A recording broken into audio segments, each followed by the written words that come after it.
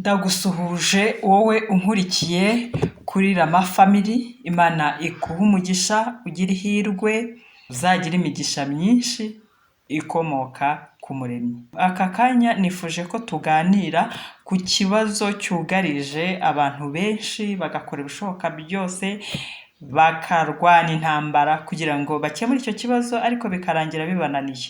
Bakwibaza uti iki kibazo ni iki? Mu by'ukuri iki kibazo ni icy'ibinure mu mubiri cyangwa se kugira umubyibuho abantu batifuza. Ibi byose nyirabayazana wabyo niwe abantu batazi, bigatuma batakaza igihe n'imbaraga nyinshi, ariko ikibazo cyose iyo utaramenya umuzi wacyo ntabwo ushobora kugikemura ngo birangire. Reka nkwereke rero nyirabayazana w'ibinure mu mubiri, nkwereke ikintu cya mbere gituma ugira ibinure byinshi, ndetse si ukuba number 1 gusa, ahubwo kikanikurikira, ni isukari. Wabyumvise neza, ni isukari. Urahita wibaza uti ibi bintu birashoboka bite? Ko nari nzi ko isukari ikintu cya mbere yatera ari diyabete, ariko ibi ni ibiki? Ndaje mbigusobanurire neza. Nawe kandi nushaka n'ubusobanuro burenzeho, wazareba muri Sante Magazine, wazanareba n'igitabo cyitwa Les Substituts du Sucre à la Loupe, wanakontakta Dr Regina Arushe, ni médecin diabétologue. Aba bose aha hose ugiyeyo wabona impamvu isukari ariyo nyirabayazana w'ibinure. Reka rero njyewe nguhe incamake. Wakwibaza uti bigenda bite kugira ngo isukari ihinduke nyirabayazana w'ibinure mu mubiri? Nanjye reka nkubaze, ese isukari iyo uyinyweye ijya he? Urambwira ko ijya mu mubiri, nibyo. Hanyuma se uko umubiri wacu wakira ibyo ukeneye, ibyo udakeneye ukabisohora hanze, nanjye nongere nkubaze ngo mbese isukari twanyweye ikarenga ikenewe yabijya he? Yabisohoka inyuze he? Se yabisohoka tugiye mu bwiherero? Se yabisohokera mu byuya? Yabisohoka ite? Mu byo urya hari ibiryo biba mu isukari, biribwa biba mu isukari. Mu byo unywa hari ibinyobwa biba mu isukari, atari iyi ngiyi wongeyemo.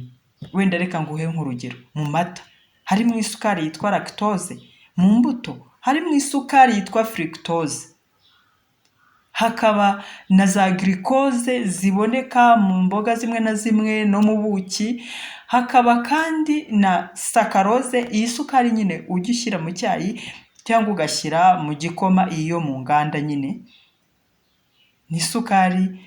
Ibi byose nkubwiye ni ibyinjiza isukari mu mubiri. Ntabwo rero uzareba ya sukari ushyira mu gikoma cyangwa ushyira mu cyayi cyangwa wongera mu bindi, ahubwo hari ibindi byinshi burya ukoresha biri mu isukari. Kandi nanone ntitwibagirwe na bya bindi ukura muri alimentation, za gato, za shokora, za biscuit, ikindi ni iki kiba mu isukari, ariko ko ari byinshi muri alimentation. Nawe wakora urutonde rwabyo, nujyayo uzareba ko nyine harimo ibintu byinshi biba biri mu isukari.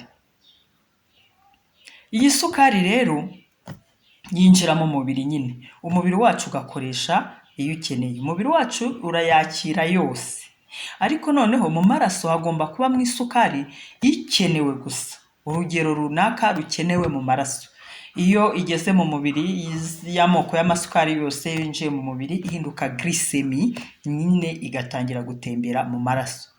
None iyo yageze mu maraso hakageramo nyinshi, igumyemo wahita urwara diyabete. Ariko kuko umubiri wacu ukozwe mu buryo butangaje cyane, buri rugingo rukagira umumaro warwo, kandi noneho bikanarangira za ngingo zose zifatanyirije hamwe kugira ngo zitume umubiri ugubwa neza.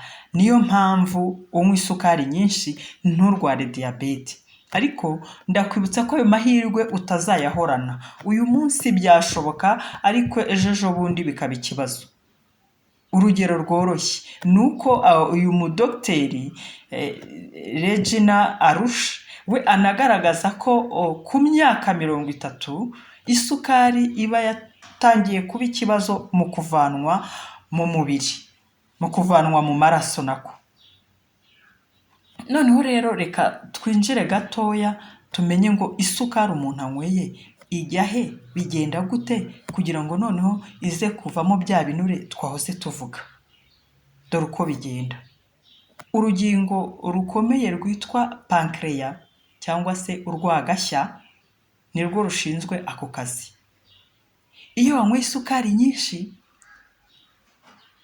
ikarenga iyo umubiri ukeneye, urwagashya ruhabonera akaga, rubona akazi kenshi. Rubigenza gute? Rukora icyo bita insuline, ni umusemburo witwa insuline ushinzwe gukura ya sukari mu maraso.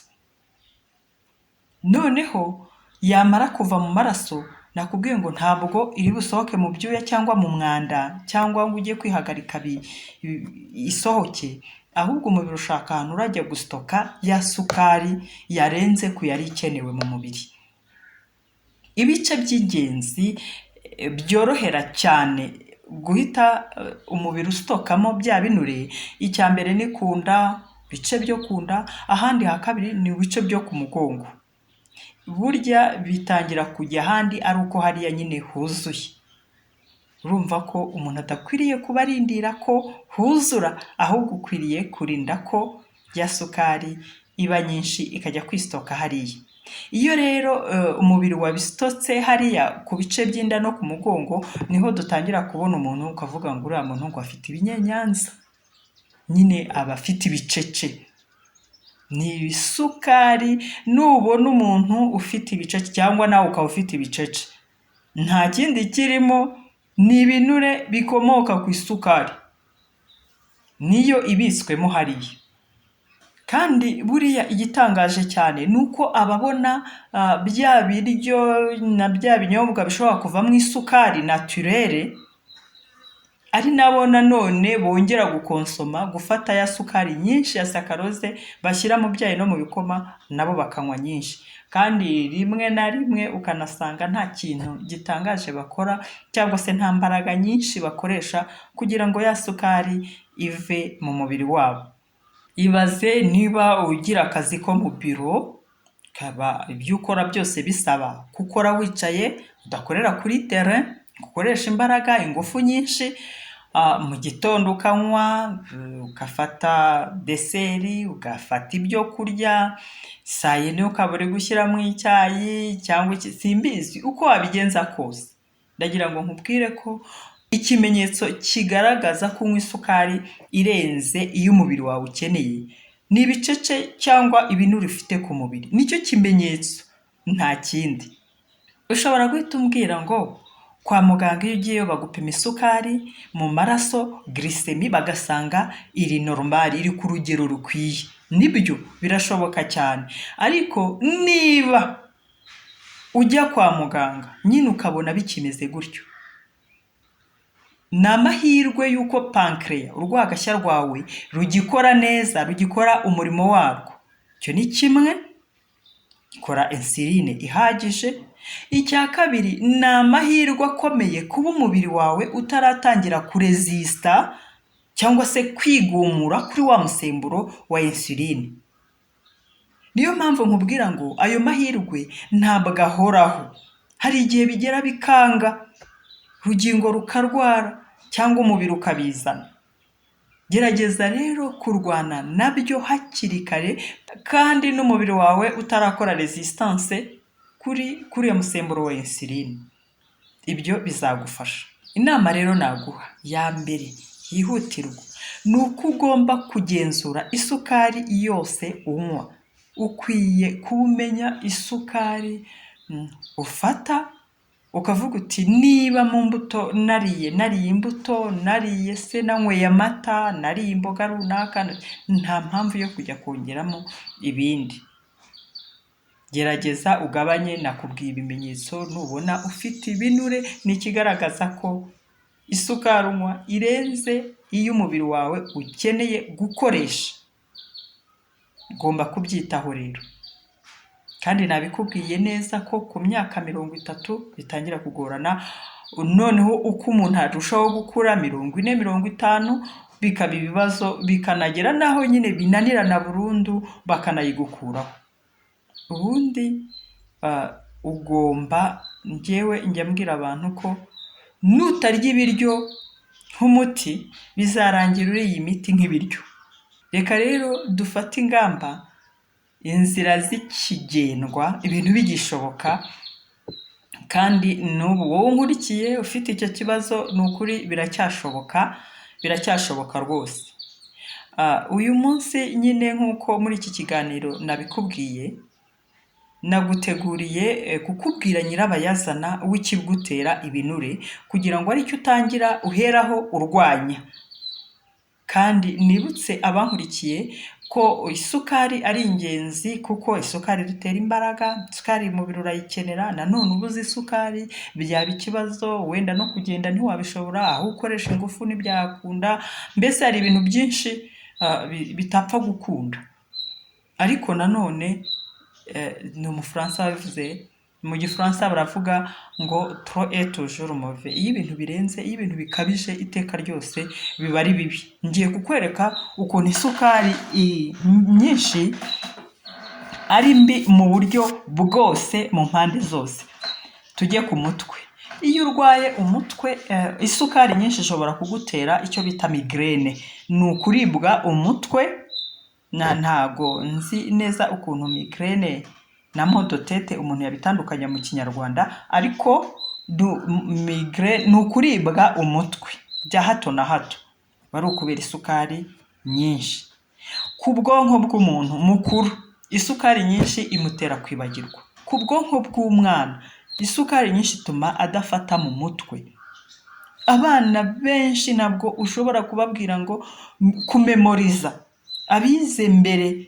Abize kera murabizi ko umuntu yashoboraga kujya ku ishuri bakamutegeka gufata texte mu mutwe, akaba yayiboroka akayishyira hariya itanditse, yaranayifashe itanditse.